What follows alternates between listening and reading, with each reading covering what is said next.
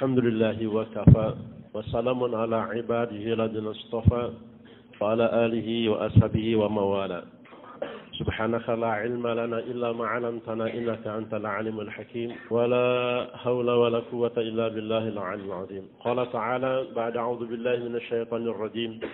Qul in kuntum tuhibbunallah fattabi'uni yuhibbukumullah wa yaghfir lakum dhunubakum wallahu ghafurur rahim. Qala habibuna maulana Muhammad sallallahu alaihi wasallam, dunya khuliqat lakum wa antum khuliqtum lil akhirah, atau kama qala Nabi sallallahu alaihi wasallam. Pada subuh yang dirahmati Allah Subhanahu wa taala. Allah Subhanahu wa taala teramat sayang, teramat kasih dan teramat cinta kepada kita. Begitu banyak kebaikan-kebaikan Allah Subhanahu wa taala tumpah ruahkan kepada kita. Sehinggalah sampai pagi hari ini pun Allah Subhanahu wa taala berkenan untuk memudahkan kita duduk sama-sama dalam satu majlis di mana kita sama-sama bertahadus atas nikmatnya Allah Subhanahu wa taala. Hadirin yang dirahmati Allah Subhanahu wa taala. Allah Subhanahu wa taala menantang kepada kita semua dan yang mulia untuk menuliskan, untuk membicarakan, untuk mengungkapkan betapa banyak dan betapa besar dan betapa besarnya daripada karunia yang Allah berikan kepada manusia. Qul law kana bahrun midada li kalimati rabbi. Katakanlah, kalau seandainya seluruh daripada semua air yang ada di permukaan bumi ini digunakan untuk menuliskan kebesaran Allah, kalimat-kalimat Allah, keagungan Allah, kenikmatannya Allah tumpahkan, curahkan, berikan kepada kita. Dan nafidal bahru qabla an tanfada kalimatu rabbi. Maka habis semua daripada bilangan air tersebut, kering. Ya. Air yang ada di seluruh permukaan bumi ini telah kering, habis digunakan sebagai tinta untuk menuliskan daripada kebesaran Allah, karunia Allah, kenikmatan Allah. Walau ji'na bimislihi madada. Habis air tadi belum lagi cukup untuk menuliskan semua daripada kenikmatan, kebesaran, keagungan Allah, bahkan walaupun ditambahkan sebanyak itu bilangannya. Jadi hadirin yang dirahmati Allah Subhanahu wa taala, jangankan untuk membalas ataupun untuk membayar, untuk menghitung saja kata Allah kalian enggak akan mampu. Wa in ta'udu ni'matallahi la tusuha. Kalau kau coba untuk menghitung, menghisab, mencoba untuk menuliskan saja, ya, nggak akan mampu kalau untuk itu kata Allah. Hadirin yang dirahmati Allah Subhanahu wa taala, dari narasi ini Pak sekalian, pernahkah kita mencoba untuk mereview, mencoba untuk memflashback, mencoba untuk menengok ya, seperti apa gerangan kebesaran kenikmatan yang Allah sudah berikan kepada kita? Nikmat Allah yang mana Pak? Yang tidak ada di dalam kehidupan yang kita lalui ini Pak sekalian. Coba kita renung sejenak Pak sekalian. Mana di antara ruangan waktu kehidupan yang Allah Subhanahu wa taala berikan kepada kita? Di mana di sana tidak ada karunia Allah, tidak ada kenikmatan Allah, tidak ada pertolongan Allah. Mana coba? Coba kita lihat Pak sekalian. Dari usia yang hari ini sudah kita jalani Pak sekalian. Ada yang sudah 20, 30, 40, 50, 60. Dari sepanjang itu usia yang sudah Allah berikan. Coba tanya, ada enggak? Ada enggak yang di mana di dalamnya yang tidak ada kenikmatan yang Allah berikan kepada kita? Ada enggak pernah terjadi di dalam kehidupan ini kezaliman Allah kepada kita? Mungkin untuk mengingat waktu yang panjang, kita coba singkatkan dalam 1 tahun ini saja hadirin yang mulia. Dalam setahun ini kita coba ingat-ingat kembali, ada enggak? Di mana Allah itu tidak pernah berbuat adil kepada kita, ada enggak? Allah tidak pernah berbuat tidak adil kepada kita, ada enggak? Hadirin yang dirahmati Allah Subhanahu wa taala. Mana yang tidak ada kebaikan Allah pada diri kita Pak sekalian? Mana yang tidak ada kemurahan Allah pada diri kita? Mana yang tidak ada bantuan Allah pada diri kita? Atau mungkin dalam 1 bulan ini kita coba mengingat ada enggak? Di mana Allah Subhanahu wa taala telah berlaku salah kepada kita? Di mana Allah telah mendolimi kita, Allah telah menyusahkan kita, ada enggak? Tidak ada Pak sekalian. Coba kita katakan. Yang mana coba kita katakan? Hadirin yang dirahmati Allah Subhanahu wa taala. Kebaikan Allah teramat sangat banyak kepada kita. Bahkan mungkin dalam 1 jam terakhir ini saja hadirin yang mulia, ya, kita coba, ya, ada enggak kita perhatikan di mana Allah berbuat salah pada kita? Hadirin yang dirahmati Allah Subhanahu wa taala. Sementara sebaliknya hadirin yang mulia, bagaimana sikap kita? Bagaimana perilaku kita, bagaimana keadaan kita di dalam menyikapi segenap kebaikan Allah Subhanahu wa taala. Jangankan di dalam sepanjang usia waktu kehidupan yang Allah berikan. Jangankan di dalam satu rentang masa setahun yang kita lalui. Jangankan di dalam masa waktu 1 bulan yang kita jalani. Di dalam 1 hari ini saja hadirin yang mulia. Berapa banyak sudah kelupaan kita kepada Allah. Berapa banyak sudah kelalaian kita terhadap Allah. Bahkan mungkin dalam 1 pagi ini saja hadirin yang mulia. Begitu banyak kesalahan yang kita buat kepada Allah Subhanahu wa taala. Tapi Allah tidak pernah dendam, Bapak.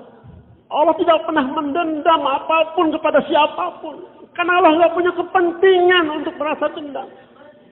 Seapapun kedurhakaan kita kepada Allah.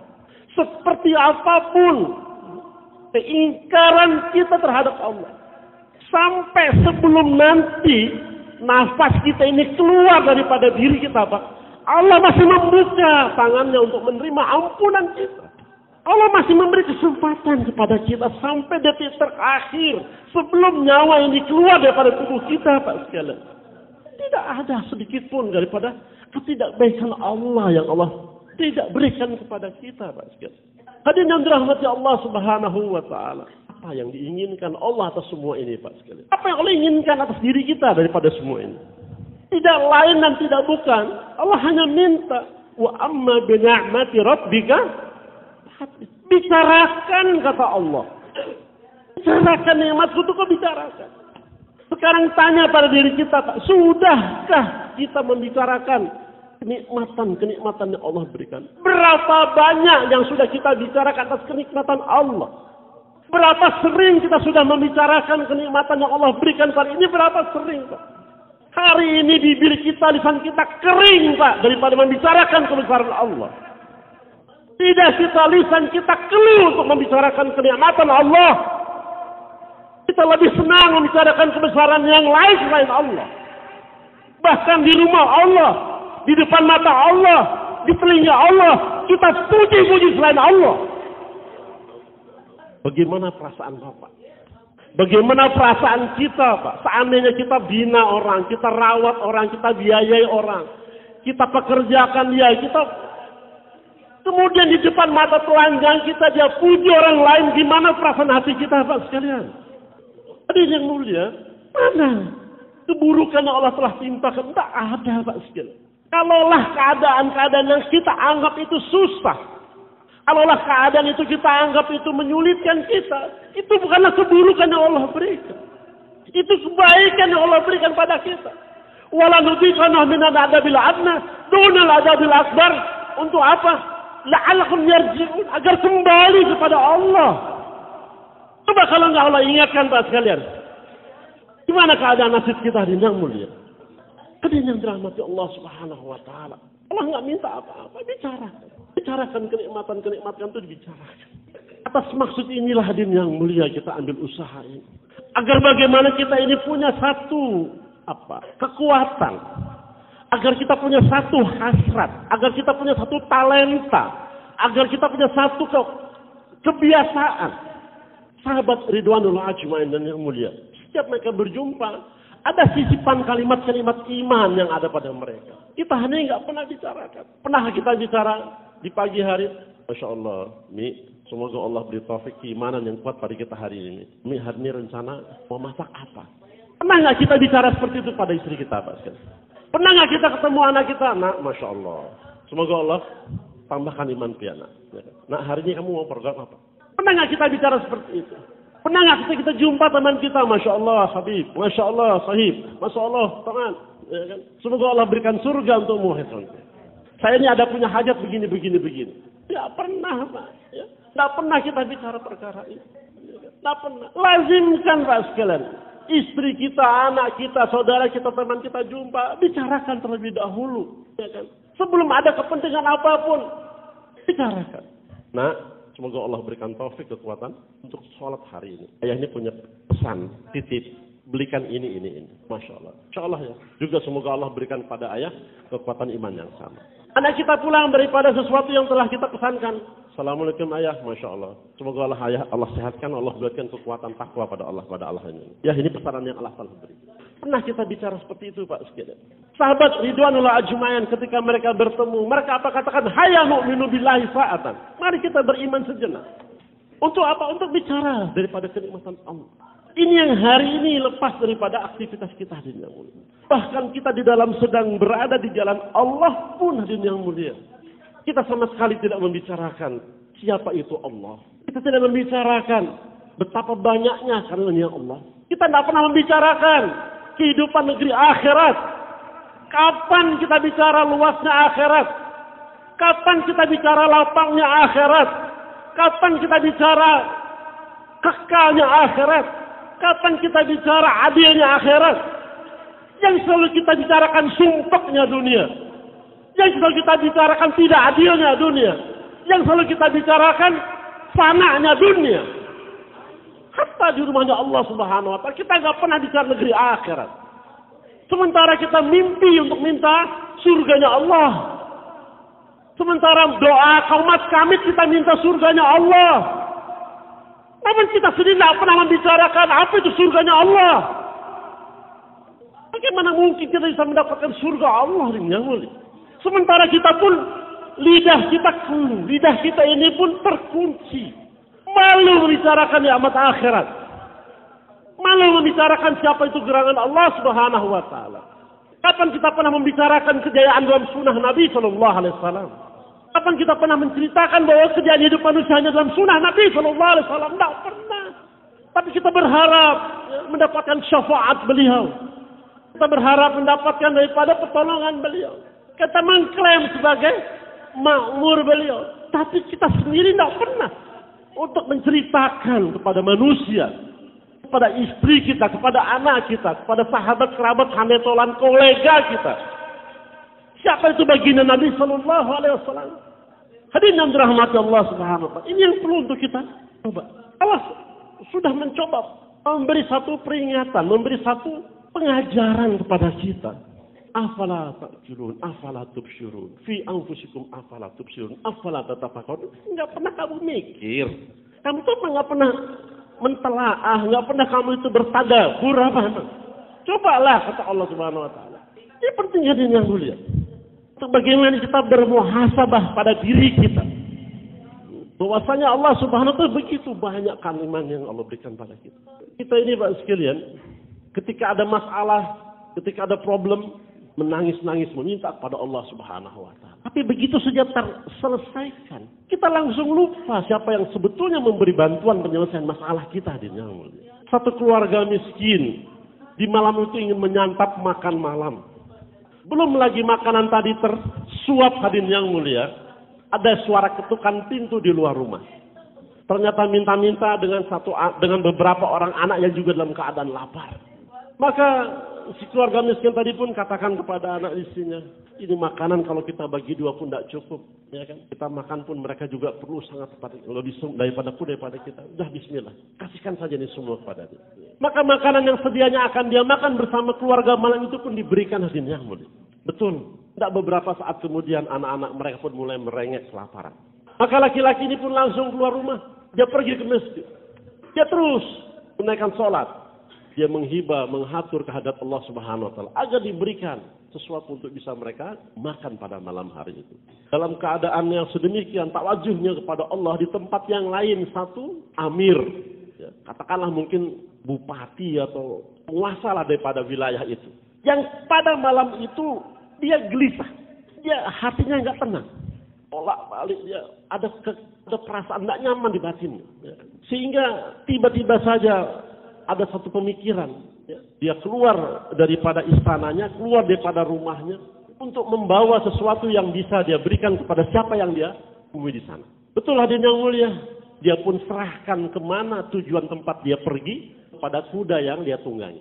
Ternyata sampai di depan masjid. Dia perhatikan ada satu cahaya yang terlihat di dalam ruangan masjid. Maka dia pun mendekat pelan-pelan hadirin yang mulia, supaya tidak mengganggu daripada orang yang sedang bermunajat tadi. Terdengarlah keluhan, kesusahan yang dia dapatkan bersama keluarganya. Maka setelah selesai dia pun mengucapkan salam, assalamualaikum saudara. Waalaikumsalam. Masya Allah. Ya, ini ada sedikit makanan yang bisa mungkin engkau dan keluargamu gunakan. Dan juga ini ada sedikit keuangan yang bisa kau manfaat. Saya amir daripada tempat ini. Kalaulah nanti kamu ada keperluan, ya, maka datang saja di istana. Temui saya di sana. Maka laki-laki ini pun katakan apa? Masya Allah, jazakumullah khairan, hai Tuan. Tuan, kalaulah seandainya saya pun punya permasalahan, saya tidak akan datang ketemu Tuan. Saya akan datang kepada Allah, Tuhan saya dan Tuhannya Tuan, yang menggerakkan Tuan malam hari ini untuk membawa makanan dan sedikit uang untuk saya. Hadirin yang dirahmati Allah Subhanahu wa taala. Pelajaran apa yang kita ambil sini, Pak? Betapa keadaan yang sering kita dapati di dalam kehidupan. Anak sakit, kepepet keuangan, pembayaran yang sudah jatuh tempo, ya.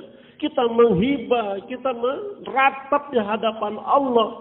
Ketika ada sesuatu yang bisa, ada seseorang yang memberikan daripada bantuannya, kita langsung putus dengan Allah Subhanahu wa taala, dia mulia. Kalaupun lisan kita ini bicara alhamdulillah, tapi hati kita tawajuhnya langsung berpindah pada orang itu. Padahal obat, resep yang diberikan dokter, bantuan yang didatangkan seseorang kepada kita, itu semua kebaikan Allah. Itu semua daripada kebaikan Allah. Tapi sering kita melupakan, hadirin yang mulia. Ketawajuhan kita langsung terpisah daripada itu semua. Hadirin yang dirahmati Allah Subhanahu wa taala. Bagaimana hari ini kita penting Pak sekalian untuk melazimkan, membicarakan kenikmatan yang Allah berikan. Karena ini saja Allah mintakan pada kita Pak sekalian. Untuk apa ini semua, hadirin yang mulia? Untuk bagaimana ketawajuhan hati kita, ketaklukan hati kita, ketergantungan jiwa kita, ketawajuhan daripada fikir kita hanya kepada Allah. Hanya kepada Allah Subhanahu wa taala. Kita beraktivitas, bersosialisasi, bermuasyarah, bermuamalah seperti biasa. Namun tetap ketawajuhan yang ada pada hati kita tergantung kepada Allah Subhanahu wa taala. Hadirin yang dirahmati Allah Subhanahu wa taala. Satu ketika Harun Ar-Rasyid minta nasihat kepada seorang ulama. Ausini ya Syekh, berikan saya satu pencerahan wahai kiai, wahai ustaz. Kebetulan dikatakan di depan ulama ini ada satu cangkir air, hadirin yang mulia. Maka Syekh ini katakan, Amirul Mukminin, kalau seandainya di permukaan bumi ini air itu hanya ada secangkir di depan kau, berapa berani kau beli untuk mendapatkan air ini, kata ulama ini. Maka Harun Ar-Rasyid katakan, saya akan bayar dengan separuh kerajaan saya. Masya Allah. Alhamdulillah. Baik. Dengan separuh kerajaan yang kau beli dengan satu cangkir air ini, kau dapatkan air tadi. Kemudian setelah engkau minum, ternyata begitu kau ingin keluarkan, nggak bisa keluar. Nggak bisa keluar air. Maka untuk bagaimana air tadi bisa keluar daripada tubuhmu, berapa lagi kau berani bayar? Kami katakan, saya akan bayar dengan separuh kerajaan saya. Dan yang dirahmati Allah Subhanahu wa taala, maka ulama katakan, wahai Amirul Mukminin, kalaulah demikian, seluruh kedudukan, kekuasaan, harta yang kau miliki tidak lebih mahal daripada secangkir air yang ada depanmu, wahai Amirul Mukminin. Hadirin yang dirahmati Allah Subhanahu wa taala, kita nggak bisa bayar Pak berapa kenikmatan yang Allah berikan pada kita. Betapa kesehatan yang sudah Allah curahkan ini kita nggak bisa bayar. Cuman demikian, kita kadang-kadang lupa Pak, ya, terpalingkan daripada perasaan hati kita, daripada kebaikan yang kita lihat secara zahir, hadirin yang mulia. Ketika seorang musafir melintas satu istana, hadirin yang mulia, maka dia pun singgah ke istana tersebut. Dia ketuk daripada pintu istana tadi. Setelah dibukakan pintu, dia pun bertanya, Tuan, sudilah kiranya untuk memberikan saya secangkir air untuk melepaskan dahaga. Oh, silakan. Masya Allah. Marhaba. Silakan masuk. Maka setelah diperkenankan masuk, dibawakanlah secangkir air kepada musafir tadi. Setelah selesai minum, dia pun bertanya. Masya Allah. Alhamdulillah, jazakallah. Tuan, boleh saya bertanya? Silakan. Siapa gerangan yang memiliki rumah yang indah sebab istana ini, katanya? Ini rumah saya. Oh, Masya Allah. Maaf, adakah Tuan sendiri yang membangun rumah ini? Oh, bukan. Lalu siapa? Ini saya dapatkan dari ayah saya. Oh, Masya Allah. Di mana gerangan ayah Tuan hatinya? Doakan, mudah-mudahan ayah saya mendapat rahmat. Beliau sudah meninggal dunia. Allahu Akbar. Semoga Allah rahmati beliau. Maka bertanya lagi, apakah dulu ayah Tuhan yang membangun rumah ini? Juga tidak.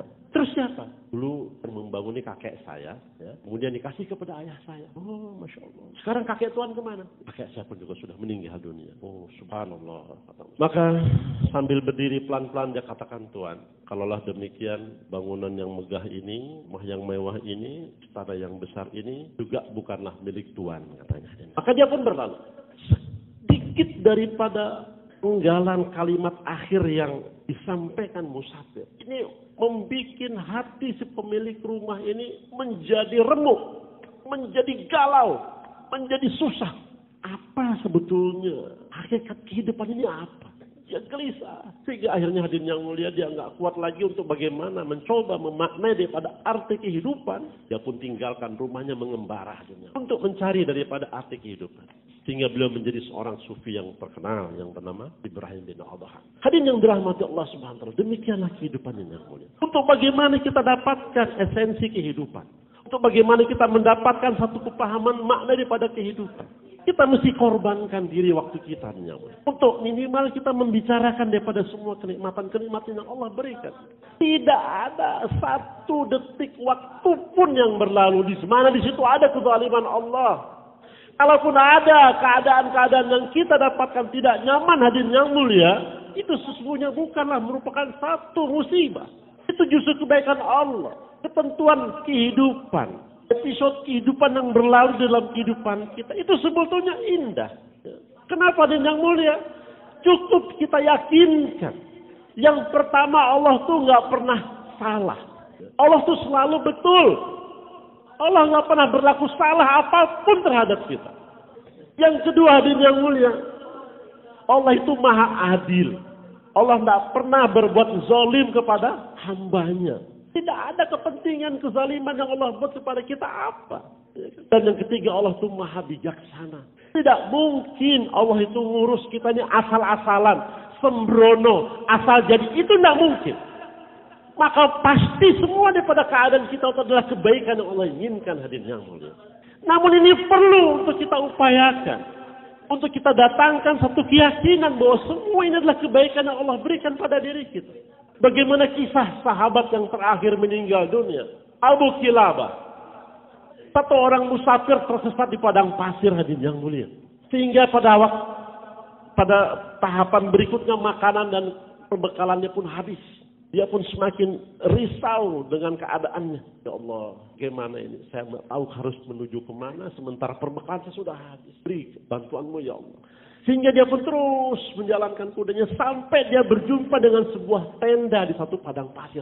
Alangkah bahagianya, alangkah senangnya dia melihat ada tanda-tanda kehidupan di sana. Dia pacu kudanya dengan harapan bisa mendapatkan sesuatu yang bisa dia makan.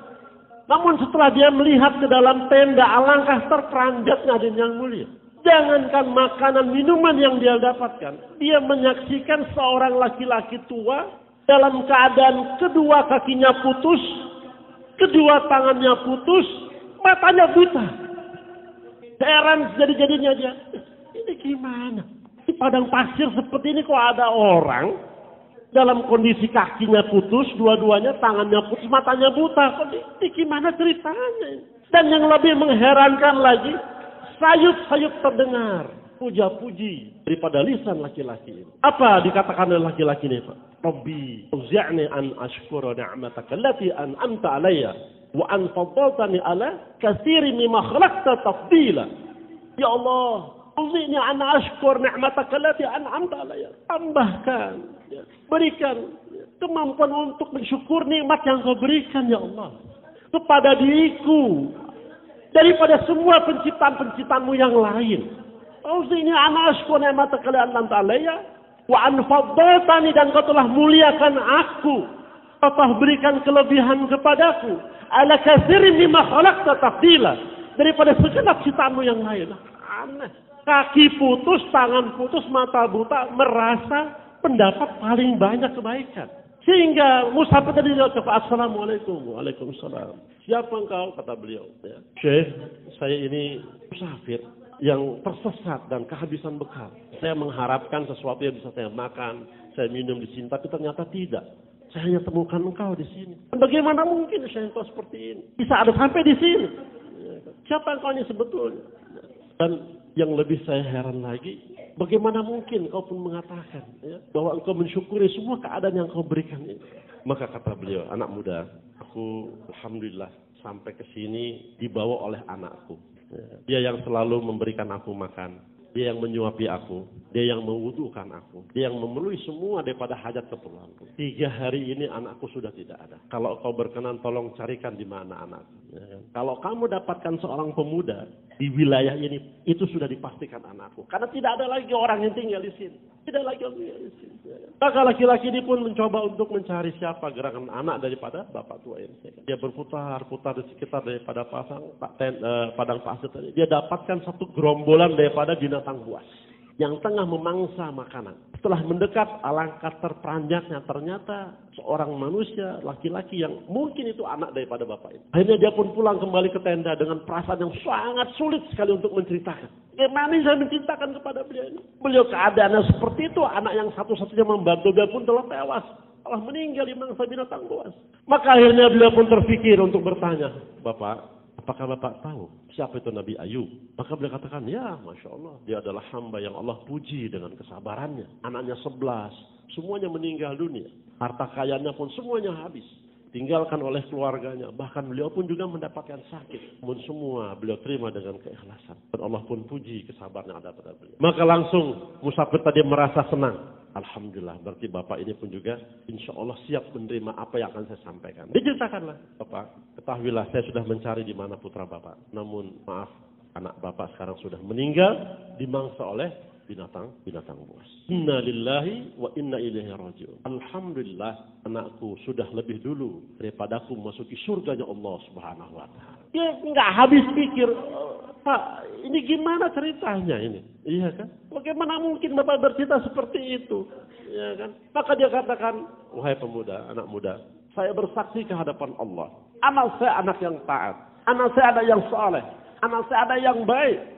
Dia selama ini yang merawat saya dalam keadaan saya seperti ini. Maka saya pun bersaksi kepada Allah bahwa dia adalah anak yang baik. Dan saya yakin dia masuk surganya Allah Subhanahu wa taala. Sejurus kemudian beliau pun katakan la ilaha illallah Muhammadur Rasulullah. Meninggal dunia. Maka semakin bingunglah musafir ini Pak sekalian. Keadaan tersesat, haus dan lapar didapatkan dengan permasalahan seperti ini. Gimana ceritanya? Akhirnya beliau pun minta munajat, ya Allah, berikan pertolonganmu, bantuanmu, solusi gimana keadaan ini ya Allah. Terus dia berdoa kepada Allah, tidak berapa lama di yang mulia tampak gumpalan daripada debu yang membumbung ke angkasa. Dia pun kaget dan merasa bahwa, Masya Allah, Alhamdulillah, ada bantuan yang akan datang. Dia pun lambaikan tangannya untuk memberi isyarat bahwa ada manusia di situ. Ya. Semakin mendekat, semakin jelas. Ada 3 orang penunggang kuda. Ya. Dan setelah sampai depan tenda, seragamnya pun seragam kerajaan, seragam istana. Ucapan salam, assalamualaikum. Waalaikumsalam. Siapa kamu? Dia ceritakan, saya musafir yang sedang tersesat. Ya. Saya sedang mencari sesuatu untuk bisa mengisi perut saya dan minuman saya. Namun saya tidak temukan. Saya hanya temukan tenda. Dan saya temukan di dalam tenda ini ada seorang laki-laki tua. Ya kan? Yang kakinya putus, tangannya putus, matanya buta. Dan beliau sekarang sedang meninggal dunia. Innalillahi wa inna ilaihi raji'un. Apa? 3 orang penunggang kuda katakan, di dalam tenda ada laki-laki tua yang kakinya putus, tangannya matanya buta. Iya betul. Mereka langsung lompat, langsung masuk, langsung mendekap dan mencium daripada laki-laki. Maka si musafir semakin heran. Tuhan ini siapa sebetulnya beliau? Ya? Maka satu di antara mereka katakan, wahai musafir ketahuilah. Ya, beliau inilah sahabat Nabi yang terakhir, Abu Kilabah. Ya. Amir Mu'minin, ya, Sulaiman bin Abdul Malik. Ya. Ini telah memerintahkan kami untuk mencari beliau. Karena beliau ini disuruh untuk menjadi qadhi. Ya. Tapi beliau tidak mau. Ya. Sehingga akhirnya beliau menghindarkan diri. Dan beliau pun sampai ke sini. Alhamdulillah Allah jumpakan kami. Hadirin yang dirahmati Allah Subhanahu wa taala. Begitulah keadaan. Ya. Tidak satu pun keadaan yang Allah berikan kepada kita hadirin yang mulia. Yang mana ini adalah merupakan keburukan, kezaliman, ketidakadilan Allah pada kita. Tidak adanya yang mulia. Tinggal hari ini sejauh mana kita bincangkan ini kepada orang lain. Sehingga apa yang hari ini kita nikmati, apa yang kita dapatkan hadirin yang mulia, ini menjadi satu kekuatan di dalam hati kita. Satu kebanggaan di dalam jiwa kita. bahwasanya Allah Subhanahu wa taala senantiasa bersama-sama dengan kita. Hadirin yang dirahmati Allah Subhanahu, saking baiknya Allah Subhanahu wa taala, Allah hantarkan, Allah kirim orang yang akan menuntun, menyelamatkan, membimbing kita. Baginda Nabi sallallahu alaihi wasallam. Namun sejauh mana hari ini sikap kita, maintenance kita kepada Nabi SAW seperti apa? Ini pun penting, Pak.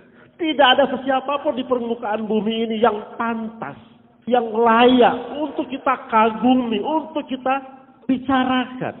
Lebih daripada baginda Nabi SAW. Tidak ada sesiapa pun. Motivator manapun, orang jenius seperti apapun, yang kaya seperti, tidak ada yang pantas melebihi daripada baginda Nabi SAW. Kenapa dia yang mulia? Karena pasti dan pasti dan pasti setiap apa yang beliau bawa di dalam kehidupan beliau ini adalah merupakan kejayaan yang akan didatangkan kepada yang mengamalkan. Kenapa yang mulia? Baginda Nabi ini sudah mendapatkan trademark, sudah mendapatkan stempel daripada Allah. Laqad kana lakum fi Rasulillahi uswatun hasan. Jadi bukan lagi ISO, bukan lagi SNI, bukan lagi standar nasional, tidak. Yang memberikan daripada sertifikasi daripada pantasnya, layaknya baginda Nabi ini untuk kita tiru, untuk kita ikuti. Itu langsung Allah. Langsung Allah yang memberikan garansinya. Yang mensertifikasinya Allah. Dalam aspek apa? Seluruh aspek kehidupan. Bukan hanya dalam akhlak saja. Bukan hanya dalam tutur kata saja. Bukan hanya dalam budi pekerti saja. Semua daripada aspek kehidupan uswah hasanah. Sejak beliau bangun tidur sampai tidur kembali. Baik sebagai seorang ayah. Baik sebagai seorang suami. Baik sebagai seorang kawan. Baik sebagai seorang pemimpin. Baik sebagai seorang peniaga. Semua daripada apa yang ada pada beliau. Ini merupakan uswah. Terus tidak ada yang pantas untuk bagaimana hari ini kita update. Kita perbaharui. Daripada sifat, perilaku, kehidupan melebihi daripada kehidupan baginda Nabi Sallallahu Alaihi Wasallam. Hadirin yang dirahmati Allah Subhanahu Wa Taala, seorang pemuda dia berangkat untuk mencari ilmu. Hadirin, ketika sampai di Damaskus, dia pun jumpa dengan seorang imam masjid. Imam masjid ini pada waktu itu semuanya adalah ulama-ulama besar, ya, yang beliau juga memberikan satu pencerahan kepada masyarakat. Maka pemuda katakan, wahai imam, tolong terima saya sebagai murid antum. Silahkan, tidak apa-apa. Cuman syarat kamu harus sabar untuk ikut apa yang ada pada. Insya Allah saya akan bersabar. Maka beliau pun setelah menjadi santri daripada imam masjid ini, Pak sekalian. Dia ikuti semua daripada aktivitas kehidupan. Dia belajar. Ya. Sampai satu hari, imam masjid ini tidak ada makanan selama 3 hari berturut-turut. Ya. Tidak ada makanan selama 3 hari. Si pemuda ini pun enggak kuat. Sangat bersangatan. Ya, Allah, gimana ini? Sehingga dia mengambil satu istimban, ya, membuat satu putusan sendiri. Kalau Allah mencuri pada hari ini, ya, ini akan dihalalkan karena saya kalau nggak makan terancam mati. Maka niat itu pun dia akan laksanakan pada malam itu. Dia pun keluar daripada masjid, ya, coba lihat beberapa rumah yang nampaknya aman. Maka rumah pertama dia panjat. Setelah dia panjat ternyata ada sekelompok wanita sedang duduk di tengah-tengah rumah. Dia pun urungkan niatnya. Nggak jadi dia masuk. Kemudian dia datang lagi ke rumah berikutnya. Yang dia amati kosong, sunyi, senyap, tidak siapa-siapa. Maka perlahan-lahan dia pun bisa masuk ke rumah tadi. Ya, karena tujuannya hanya untuk mencari sesuatu yang bisa dia makan. Dia pun langsung pergi ke dapur. Betul di atas kompor yang ada dapur tadi itu ada satu panci. Yang begitu dia buka panci tadi ada 2 butir terong di sana, Pak. Maka langsung diambil 1 butir terong tadi. Dia makan, dia kunyah. Setelah dia kunyah, karena ada rasa takut, ketakwaan yang ada pada dirinya. Ya, sehingga lehernya pun tersekat.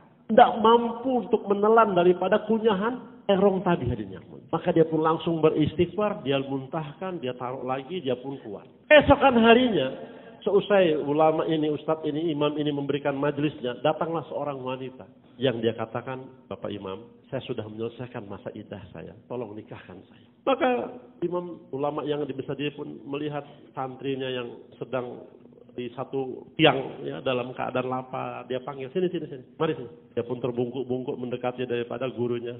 Ya Ustaz, ya guru, kamu nikahi wanita ini. La haula wala quwwata illa billah. Bagaimana Ustaz? Bagaimana Imam? Ya.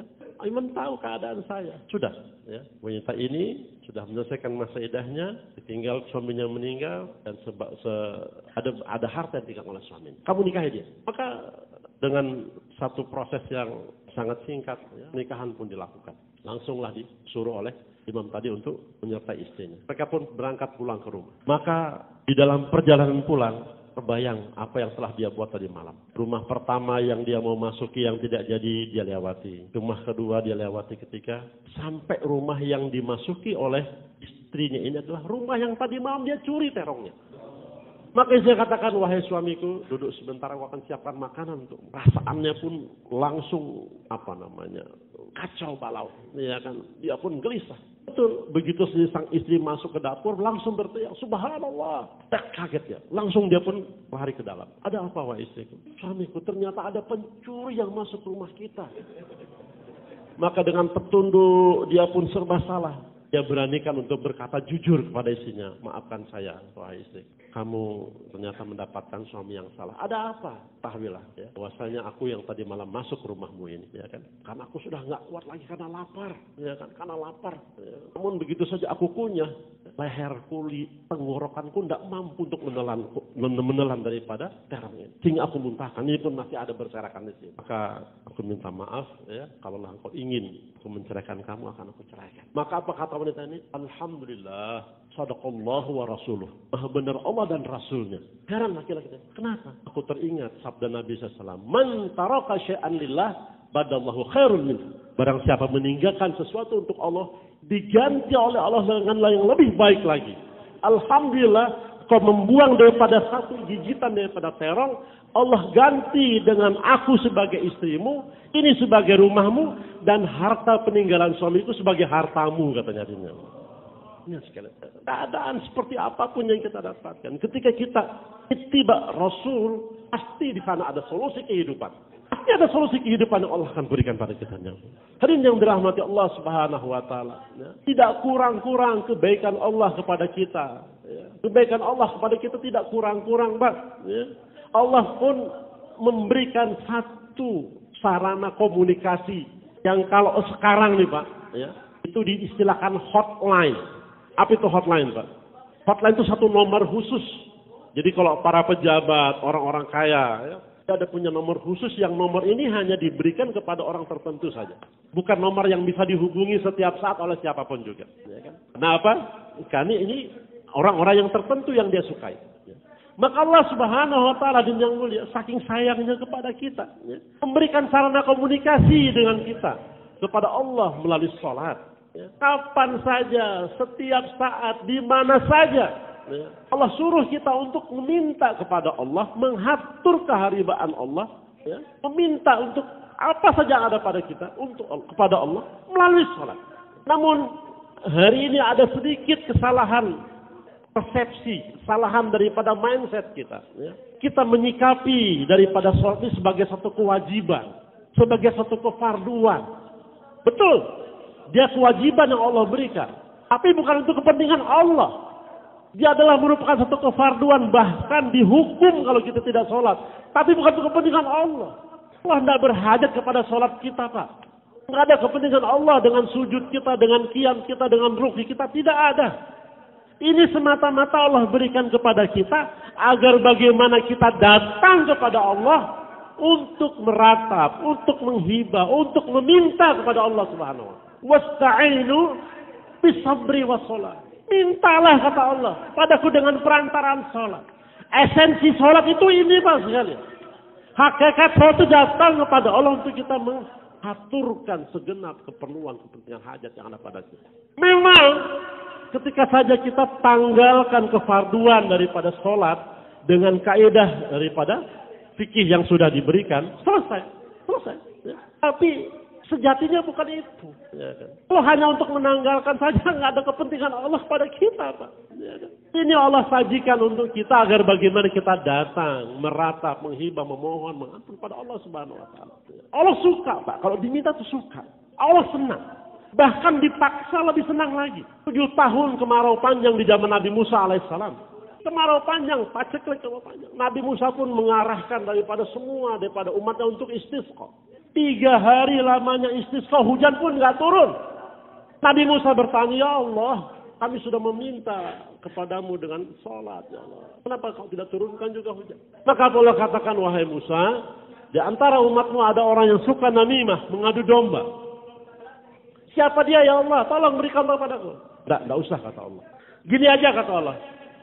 Kamu datang ketemu kepada salah satu daripada umatmu, Barah. Barah ini umat daripada Nabi Musa yang juga makom kewaliannya juga sudah diterima oleh Allah Subhanahu wa taala.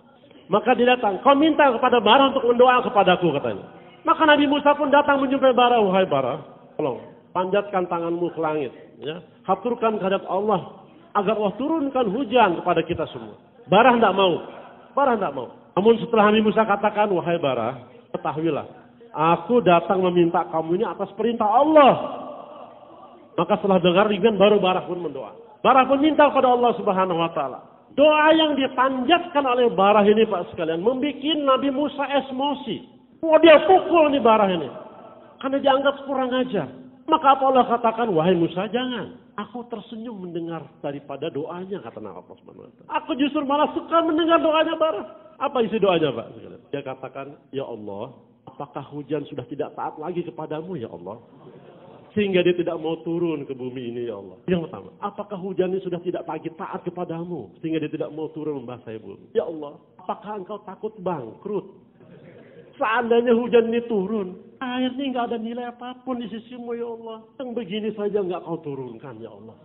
Ya Allah, kalau seandainya ada di antara kami ini yang bermaksud kepadamu, kau juga nggak menyusahkan kamu ya Allah, nggak merugikan engkau ya Allah. Cuekin aja ya Allah. Ya, cuekin aja ya Allah. Air yang sebegini murahnya aja engkau tahan-tahan, ya turunkan ya Allah. Nabi Musa marah Pak. Tapi kata Allah jangan dipukul Musa. Aku suka dengar doanya jadinya. Allah tuh suka Pak, dipaksa. Coba doa Nabi dalam perang Badar. Ya Allah, kalau kau tidak menangkan kami padanya, engkau kan tidak disembah ya Allah sampai kiamat. Bayangkan. Artinya bukan apa Pak. Kita tuh bersangatan.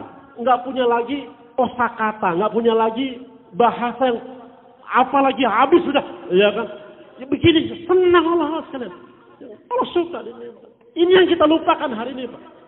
Doa ini merupakan satu amalan yang sangat unik di dalam Islam. Apa uniknya Pak? Disuruh minta, dikasih pahala oleh Allah. Bayangkan coba di yang mulia. Ya? Doa ini ibadah Pak sekalian. Cuman kita malas. Kita nggak pernah minta. Ya kan? Apalagi di dalam sholat. Buru-buru aja kita maunya. Dan yang dirahmati Allah Subhanahu wa taala. Agar bagaimana dalam kehidupan kita ini Pak, kita lurus ya, mendapatkan satu pembenaran daripada Allah Subhanahu wa taala, maka kita mesti setiap hari kita update keilmuan kita. Kita tambahkan terus keilmuan kita dan yang ya kan? Karena tataran range ataupun batasan waktu untuk menuntut ilmu ini tidak sampai S3 dan tidak sampai daripada daurah hadis, tapi sampai dengan kematian tiba. Utlubul ilma minal mahdi ilalah. Untuk apalagi kita yang nggak pernah ngaji sama sekali ya Pak, ya kan? Yang nggak pernah di pesantren sama sekali, yang sudah aja pun itu tidak merupakan satu batasan akhir untuk kita menuntut. Hari-hari perlu diupdate keilmuan, ya kan? Hari ini Masya Allah mungkin kita sudah nggak bisa lagi masuk pesantren, kita sudah nggak bisa lagi belajar pondok, bahkan untuk hadir ke majelis ilmu pun setiap hari sudah susah, ya kan? Nggak apa-apa, ya kan? Kita bisa otodidak, ya, kita bisa belajar mutolaah sendiri. Banyak sekarang teknologi sudah Allah buat sedemikian canggih, ya. Kita bisa untuk mengkaji daripada streamingnya ulama-ulama yang lurus. Ya. Setiap hari kita mengkaji satu ilmu saja Pak. 1 bulan sudah 30 bab ilmu yang kita dapatkan. 1 tahun sudah 360 ilmu. Paling 15 menit, 10 menit.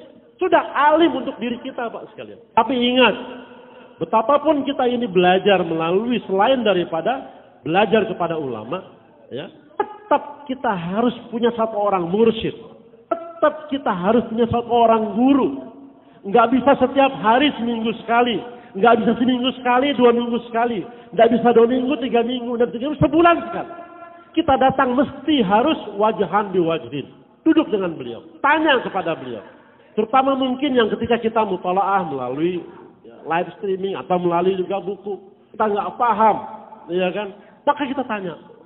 Pak Kiai, Ustadz ini kemarin, ini gimana sih? Harus tetap kita punya seorang mursyid yang kita jadikan sebagai ulama yang terus mengawal daripada keilmuan yang ada pada kita. Hadirin yang mulia, keilmuan saja kata Maulana Ibrahim tidak cukup, harus selalu ada zikir. Ilmu ma'a zikir ini Maulana Ibrahim katakan seperti kalimat tauhid, la ilaha illallah Muhammadur Rasulullah. Ilmu itu adalah la ilaha illallah, zikir itu adalah Muhammadur Rasulullah. Kenapa?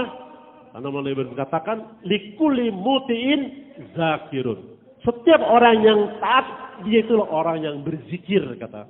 Jadi ini nggak bisa dipisah, Pak. Ilmu mazikir terus, nanti asal bergandengan tangan, ya kan? Harus selalu ada.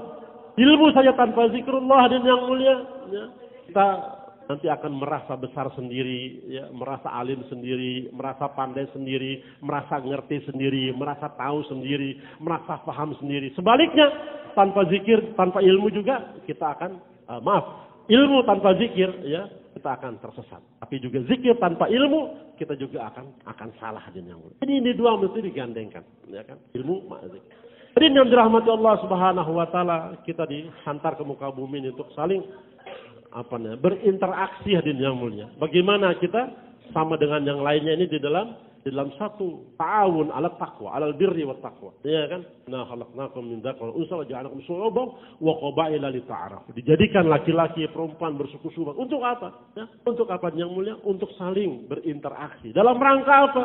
Dalam rangka mencapai satu ketakwaan. Karena inna akramakum indallahi atqakum. Orang yang baik di antara kalian adalah orang yang paling tinggi takwanya. Tinggal yang mulia, bagaimana kita senantiasa berbuat baik pada kita. Ya. Jangan ada sedikit pun, ya, sikap kita yang menyusahkan kawan kita. Ya. Karena din yang mulia, ya, di antara kita nanti ini, ya, ketika di antara kita ini ada yang nanti masuk ke surganya Allah, itu bisa memberikan syafaat kepada ahli neraka. Kesaksian daripada ahli surga itu bisa mensyafaati ahli neraka. Syafaatnya bagi Nabi SAW, hadirin yang mulia, ya, tatkala kita melintasi siratnya Allah Subhanahu wa taala. Tapi syafaatnya ahli surga ketika dia sudah berada di surganya Allah. Dia katakan, ya Allah, saya punya teman ya Allah, dulu sama-sama hirasah, dulu sama-sama 3 hari, dulu sama-sama istiqbal, dulu sama-sama kita jalan kaki ya Allah, dulu sama-sama kami keluar dengan masturat ya Allah. Saya nggak temukan di mana dia sekarang ya Allah. Saya nggak temukan ya Allah. Saya bersaksi dia adalah orang yang baik ya Allah. Ya kan? Hadirin yang Subhanahu wa taala, ya. Maka Allah pun dengan rahmannya, dengan kebijakannya, ya, maka memerintahkan kepada Jibril untuk mencari siapa laki-laki yang dikatakan ahli surga ini, ya kan? Untuk apa? Untuk dimasukkan ke dalam surganya Allah Subhanahu wa taala. Jangankan persaksian ahli surga, Pak sekalian. 2 orang yang sedang bertikai di hadapan Allah, dia menuntut daripada haknya selama di dunia, karena telah dizalimi oleh saudaranya tadi ini, dia katakan, ya Allah, hamba meminta keadilanmu. Dia sudah merugikan kami, dia sudah merugikan saya selama di dunia. Dia telah menzalimi saya di dunia, ya Allah. Maka hadirin yang dirahmati Allah Subhanahu wa taala, Allah ahkamul hakimin. Maka diadili laki-laki tadi ini. Karena pengadilan yang ada akhirat tidak ada dengan cara lain, melainkan hanya dengan mengambil kebaikan-kebaikan daripada orang yang menzalimi ini diberikan kepada yang dizalimi. Maka diambillah kebaikan-kebaikannya sampai habis. Ya kan? Ternyata setelah ukuran daripada kebaikan tadi diberikan kepada orang yang dizalimi, timbangan amal yang menuntut ini belum cukup untuk masuk ke surganya Allah Subhanahu wa taala. Maka setelah itu Allah katakan, wahai fulan, tengoklah di depan kamu, katanya. Maka ketika dia pandang ke depan, dia saksikan indahnya daripada surga. Pemandangan surga yang demikian indah. Sehingga saking indahnya dia katakan, ya Allah, surganya Nabi siapa gerangan ini? Maka Allah katakan, tidak. Dia bukan surganya para anbiya. Lantas surga siapa ya Allah? Apa Allah katakan? Ini surga kepada siapa yang bisa membelinya, kata Allah. Maka laki-laki nyar, bagaimana cara membeli surga ini ya Allah? Maka Allah katakan, maafkan kesalahan saudaramu ketika di dunia, ikhlaskan semua apa yang telah dia lakukan kepadamu selama di dunia, maka aku izinkan engkau untuk menggandeng tangan saudaramu untuk memasuki surgaku, itulah harga untuk membeli surgaku ini, kata Allah Subhanahu wa taala. Ini yang mulia, maka jangan ada kezaliman yang kita buat. Kita mesti buat berinteraksi dengan baik kepada saudara kita. Untuk bagaimana kita bisa mendapatkan syafaat daripada saudara muslim kita. Dan yang mulia ini semua kita dapatkan hanya karena Allah Subhanahu wa taala. Hanya redha Allah Subhanahu wa taala, hanya mengharapkan bantuan dari Allah Subhanahu wa taala. Namun ini tidak akan dapat dengan mudah yang mulia. Kecuali hanya dengan cara bagaimana kita korbankan waktu kita, korbankan diri kita, korbankan harta kita untuk agama Allah Subhanahu wa taala. Hadirin yang dirahmati Allah Subhanahu wa taala, sedemikian banyak kenikmatan yang Allah berikan, sedemikian banyak janji-janji yang sudah kita katakan kepada Allah. Sekarang kita buktikan hari ini, hadirin yang mulia. Kita buktikan hari ini. Ya. Tidak malukah kita kepada Allah Subhanahu wa taala? Seberapa istiqomah sudah kita menjaga dunia kita? Tidak malukah kita kepada Allah Subhanahu wa taala? Sudah berapa banyak waktu yang kita habiskan untuk dunia kita? Sementara hadirin yang mulia, seberapa banyak yang sudah kita berikan untuk agama Allah Subhanahu wa taala? Seberapa waktu yang sudah kita ulang untuk Allah Subhanahu wa taala? Mana niat-niat yang sudah kita bikin kemarin? Mana janji-janji yang sudah kita katakan kemarin? Kita bukan janji kepada teman kita di mahalah. Bukan janji kepada teman kita di halakoh, Pak. Bukan janji kepada teman kita di markas. Teman kita di mahalah, teman kita di halakoh, teman kita di markas. Masih bisa menerima hujah-hujah kita. Tapi Allah tidak bisa kita dustai, Pak sekalian. Allah tidak bisa kita bohongi, Pak sekalian. Jangan kita tipu daya Allah dan yang mulia. Dengan segudang alasan permasalahan yang kita buat. Sehingga kita tangguh untuk tidak keluar pada hari ini. Sehingga kita batal untuk kita tidak berangkat pada hari ini yang mulia. Tertundanya 3 hari, 40 hari, 4 bulan. Ini bukanlah semata-mata merupakan satu daripada penangguhan masa. Tidak, Pak. Ini musibah yang besar. Seorang santri dia tanya kepada kiainya, Pak Kiai, katanya kalau orang bermaksiat kepada Allah, dia akan mendapatkan hukuman dari Allah. Saya bermaksiat, saya pernah melakukan kemaksiatan, tapi kok tidak datang hukuman dari Allah padaku? Maka Pak Kiai katakan, nah, ketahuilah, sebetulnya hukuman Allah sudah berjalan ke atas engkau. Dia heran, dia tidak mendapat apapun juga. Coba kau perhatikan, ya, berapa banyak sudah tahajud malam yang kau lalui, yang tidak engkau laksanakan. Berapa banyak sudah Al-Quran tidak engkau baca. Berapa tasbih sudah yang sedang kau lakukan. Maka ketahuilah, berkurangnya amal, kurangnya kehusyuan, kurangnya ketawajuhan yang kau buat di dalam hubungan kepada Allah, itu musibah yang paling besar. Melebihi besarnya daripada apapun musibah yang di dunia ini yang mulia. Kalaulah amal-amal saja yang mulia, ini merupakan satu kerugian yang besar. Bagaimanakah lagi dengan janji kita, niat kita, yang rencana kita akan keluar dari Allah Subhanahu wa taala. Kalau sampai tidak kita hantarkan yang mulia, ini merupakan musibah yang besar yang mulia. Jangan kita dustakan. Allah tidak bisa kita dustai yang mulia. Dengan semua keadaan apapun. Jangan terpaling hati kita selain kepada Allah Subhanahu wa taala. Kalau masih dalam keadaan bermasalah, inilah momennya, inilah sarananya, inilah torekohnya, inilah jalannya untuk bagaimana kita mencarikan bantuan pertolongan Allah Subhanahu wa taala. Kita tidak bisa, Pak Karen, untuk menyelesaikan masalah kita dengan ibadah. Karena kita sudah diangkat derajat kita sebagai dai-nya Allah. Seorang presiden, ya, ketika dia turun menjadi gubernur, maka dia nggak mampu menyelesaikan masalah negara. Kenapa? Karena kewenangan yang dia miliki tidak lagi sebesar negara. Hanya sebesar provinsi. Seorang gubernur ketika dia menjadi seorang bupati, dia nggak bisa lagi menyelesaikan masalah provinsi. Kenapa? Karena kewenangan yang dia berikan, yang dimiliki hanya sebesar kabupaten. Ya. Tidak bisa lagi untuk menyelesaikan masalah provinsi. Begitu juga di yang mulia. Kita sudah menjadi dai-nya Allah Subhanahu wa taala. Kekuatan, power, kemenangan yang Allah berikan, itu hanya melalui dakwah saja di yang mulia. Tidak bisa turun kepada amal-amal ibadah.